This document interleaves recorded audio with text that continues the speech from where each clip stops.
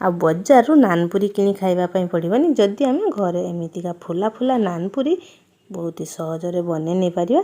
घर को कई गेस्ट आसिले एमितिका फुला फुला नानपुरी सह एमितिका छोले तरकारी बने कि सर्व करंतु। देखिबे गेस्टଙ୍କ मन पूरापूरी जीति नेबे। पूरापूरी फुला फुला पाउरुटी भली ए नानपुरी बनिबो। पिलारू बड़ समस्ते ए नानपुरी को खाइबा पई बहुत ही पसंद करिवे। भिडियोटी को संपूर्ण टिप्स आपण माने फॉलो करंतु।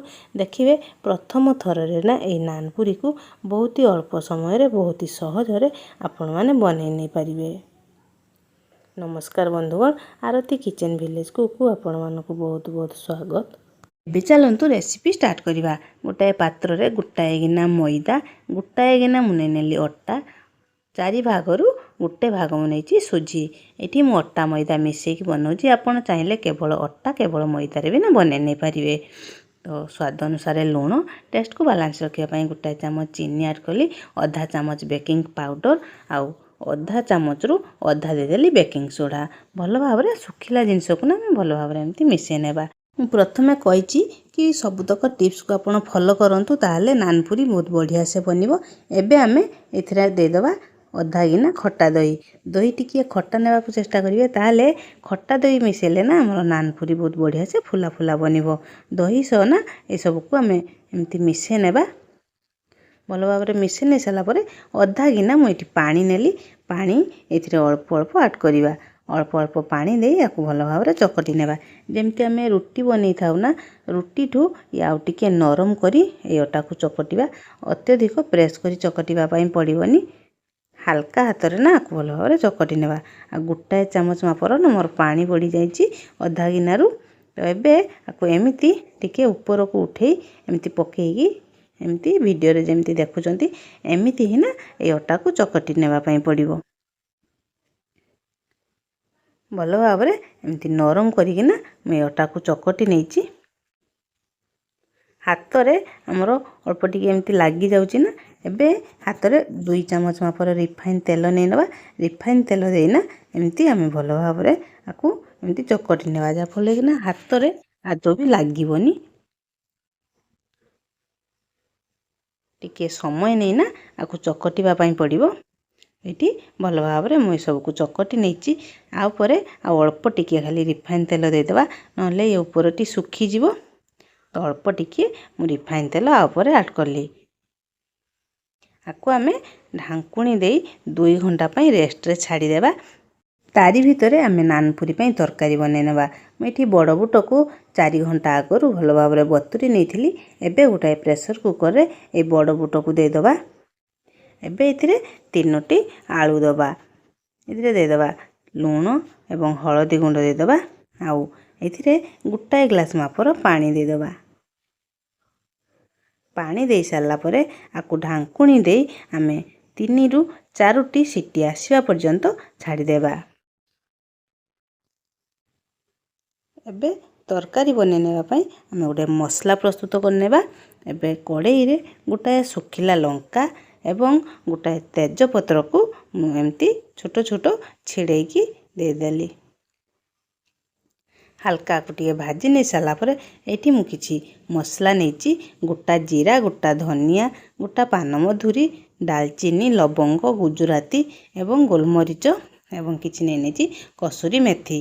सब जिनिस को प्रथमे आमे कड़ाई रे दे देबा। केवल कसूरी मेथी देबानी, आउ सब तक को ना आमे कड़ाई रे दे देबा। कड़ाई रे दे साला परे आकु आमे हल्का भाजी नेबा। अधिक भाजवा पई पड़िबनी, बस टिके ये गरम हे जिवो। तो एमिति आकु आमे भाजी नेबा। भाजी हे साला परे ना आमे एथिरे शेष रे दे देबा कसूरी मेथी। कसूरी मेथी दे भल भाव आकु आमे भाजी नेबा। भाजी हे गला परे गोटाए प्लेट को बाहर कर नेबा। प्लेट को बाहर करने सारी आकु आमे ठंडा कर नेबा। एबे कड़ाई रे आमे दे देबा तेल। तेल दे सारला परे आमे एथिरे ऐड करिबा गोटाए चामच लंका गुंड। लंका गुंड तेल रे देले ना हमर तरकार रो कलर भलो आसीबो। तो तेल रे आमे लंका गुंड दे भलो भाव मिसे नै सारला परे एबे एथिरे अदा एवं कंचा लंका रो छेचा को दे दबा। भल भाव आकु टिके भाजी नेबा आमे। ଏବେ ଗୋଟାଏ ଟମାଟୋ ଆଡ୍ କରିବା ଏବଂ ଏଥିରେ ଲୁଣ ଦେଇଦେବା। ତରକାରୀରେ ଯେମିତି ଲୁଣ ଦେବା ନା ସ୍ୱାଦ ଅନୁସାରେ ଲୁଣ ଦେଇଦେବା। ତାହେଲେ ଟମାଟୋ ବହୁତ ବଢ଼ିଆ ସେ ନରମ ହେଇଯିବ ଜଲ୍ଦି। ଭଲ ଭାବରେ ମସଲା ଆମର କଷି ହେଇଗଲାଣି। ଏବେ ଏଥିରେ ଦେଇଦେବା ହଳଦୀ ଗୁଣ୍ଡ। ହଳଦୀ ଗୁଣ୍ଡ ଦେଇ ଭଲ ଭାବରେ ଆମେ ମିଶାଇ ନେବା। ଏଥିରେ ଆମେ ଅଳ୍ପ ପାଣି ଦେଇଦେବା, ନହେଲେ ଏ ଯେଉଁ ଗୁଣ୍ଡ ମସଲା ନା ପୋଡ଼ିଯିବ। ତ ଭଲ ଭାବରେ ଆକୁ ଆମେ ଅଳ୍ପ ପାଣି ଦେଇ ମିଶାଇ ନେବା। ଏ ଦେଖନ୍ତୁ ବୁଟ ଏବଂ ଆଳୁ ଆମର ବହୁତ ବଢ଼ିଆ ସେ ସିଝି ଯାଇଛି। এই ମସଲାରେ ଆମେ ଦେଇଦେବା। ଏବେ ଗୋଟେ ମେସର ନେଇଛି। এই ମେସରରେ এই ଆଳୁକୁ ଏମିତି ହାଲକା ସେ ଏମିତି ପ୍ରେସ୍ କଲେ ନା ଆଳୁ ଆମର ଭାଙ୍ଗିଯିବ। ଆଉ ଆଳୁକୁ ଆମର କାଟିବା ପାଇଁ ପଡ଼ିବନି। ଏମିତି ମେସରରେ ଆଳୁକୁ ଏମିତି ଚାପି ଚାପିକି ଭାଙ୍ଗିବା। ଆଉ এই ବୁଟକୁ ବି ନା ଏମିତି ଟିକେ ଚାପି ଚାପିକି ବୁଟ ବି କିଛିଟା ଆମେ ଏମିତି ଭାଙ୍ଗି ନେବା। ଭଲ ଭାବରେ ଏମିତି ଭାଙ୍ଗି ନେଇ ସାରିଲା ପରେ ଆକୁ ଆମେ ମସଲା ସହ ଭଲ ଭାବରେ ଏମିତି କଷି ନେବା। 5 ମିନିଟ୍ ପାଇଁ ମସଲାକୁ ଏମିତି ଭଲ ଭାବରେ କଷି ନେବା। ମସଲା ସହ ଆମର ସବୁତକ ଭଲ ଭାବରେ କଷି ହେଇଗଲାଣି। ଏବେ ଆମେ ଏଥିରେ ଗ୍ରେଭି ଅନୁସାରେ ପାଣି ଦେଇଦେବା। ପାଣି ଆମେ ଏଥିରେ ଅଳ୍ପ ଦେବା, ଅଧିକ ପାଣି ଦେବାନି। ପାଣି ଦେଇ ଭଲ ଭାବରେ ମୁଁ ଆକୁ ମିଶାଇ ନେଇଛି। ଏବେ ତରକାରୀକୁ ଭଲ ଭାବରେ ଫୁଟିବା ପାଇଁ ଛାଡ଼ିଦେବା। ଏବେ ଯେଉଁ ଆମେ ରଖିଥିଲେ ଭାଜିକି এই ଭଜା ମସଲା ନା ଭଜା ମସଲାକୁ ଆମେ ଗୋଟାଏ ହେମଦସ୍ତାରେ ଦେଇଦେବା। ହେମଦସ୍ତାରେ ଦେଇ ଆକୁ ଭଲ ଭାବରେ ନା ଆମେ ଛେଞ୍ଚି ନେବା। ଏମିତି ହେମଦସ୍ତାରେ ଭଲ ଭାବରେ ଦରଦରାକି ଆମେ ଗୁଣ୍ଡ କରିନେବା। ଏମିତି ଦରଦରାକି ମୁଁ ଗୁଣ୍ଡ କରିନେଇଛି। ତରକାରୀ ବି ଆମର ବହୁତ ବଢ଼ିଆ ସେ ଏବେ ହେଇଗଲାଣି। ଏବେ ଏଥିରେ ଆମେ ସେ ଯେଉଁ ଗୁଣ୍ଡ ମସଲାକୁ ନା ଏଥିରେ ଦେଇଦେବା। ଭଲ ଭାବରେ ମିଶାଇ ନେବା।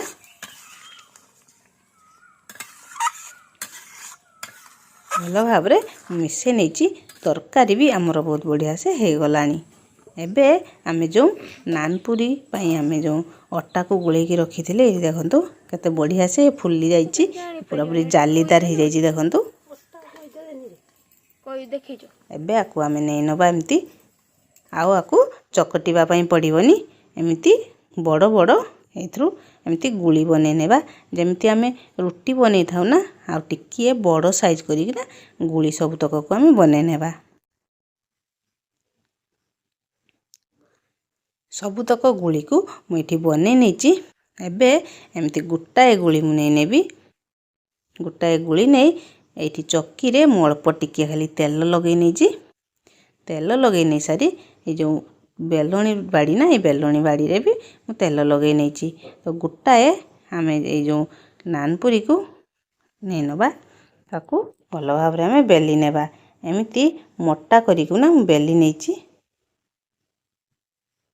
ଏବେ এই ତେଲରେ ଆମେ ଦେଇଦେବା। ଏଇଠି ଦେଖନ୍ତୁ ନାନ୍ ପୁରୀ ଆମର କେତେ ବଢ଼ିଆ ସେ ପୁରାପୁରି ଫୁଲା ଫୁଲା ହେଇ ଫୁଲି ଯାଉଛି। ଦେଖନ୍ତୁ କେତେ ସହଜରେ କେତେ ସୁନ୍ଦର এই ନାନ୍ ପୁରୀ ଆମର ବନି ହେଇଗଲା। ଗୋଟାଏ ନାନ୍ ପୁରୀ ଆମର ବନି ହେଇଗଲା। ଆକୁ ଆମେ ଛାଣି ନେବା। ପୁଣି ମୁଁ ଆପଣମାନଙ୍କୁ ଆଉ ଗୋଟାଏ ନାନ୍ ପୁରୀ ବନେଇକି ଦେଖାଉଛି। ଦେଖନ୍ତୁ ଆଉ ଉପରକୁ ଏମିତି ଟିକିଏ ତେଲ ଏମିତି ଚଟୁରେ ଏମିତି ପ୍ରେସ୍ କଲେ ନା କେତେ ସୁନ୍ଦର ନାନ୍ ପୁରୀ ଆମର ପୁରାପୁରି ଫୁଲିଯିବ।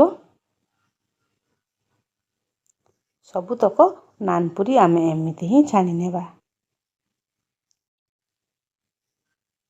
ଏଠି ମୁଁ ପୁଣି ଥରେ ଆଉ ଗୋଟାଏ ନାନ୍ ପୁରୀକୁ ଦେଇକି ଦେଖାଉଛି ଦେଖନ୍ତୁ। ଆପଣମାନେ ଏମିତିକା ନାନ୍ ପୁରୀ ବହୁତ ହି ସହଜରେ ବହୁତ ଅଳ୍ପ ସମୟରେ ଘରେ ବନେଇ ନେଇ ପାରିବେ।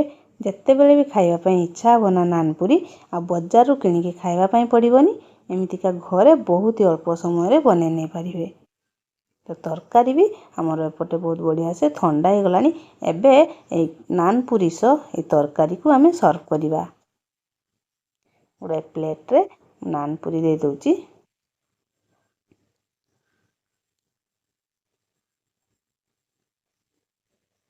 ତରକାରୀ ବି आ सहित दे आपण माने सर्व करंतु।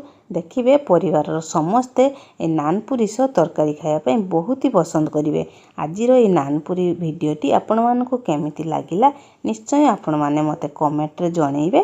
पुणी आपण मानक सह आउ एक नुआ भिडियो रे देखा हबो। रहूची नमस्कार। जय जगन्नाथ।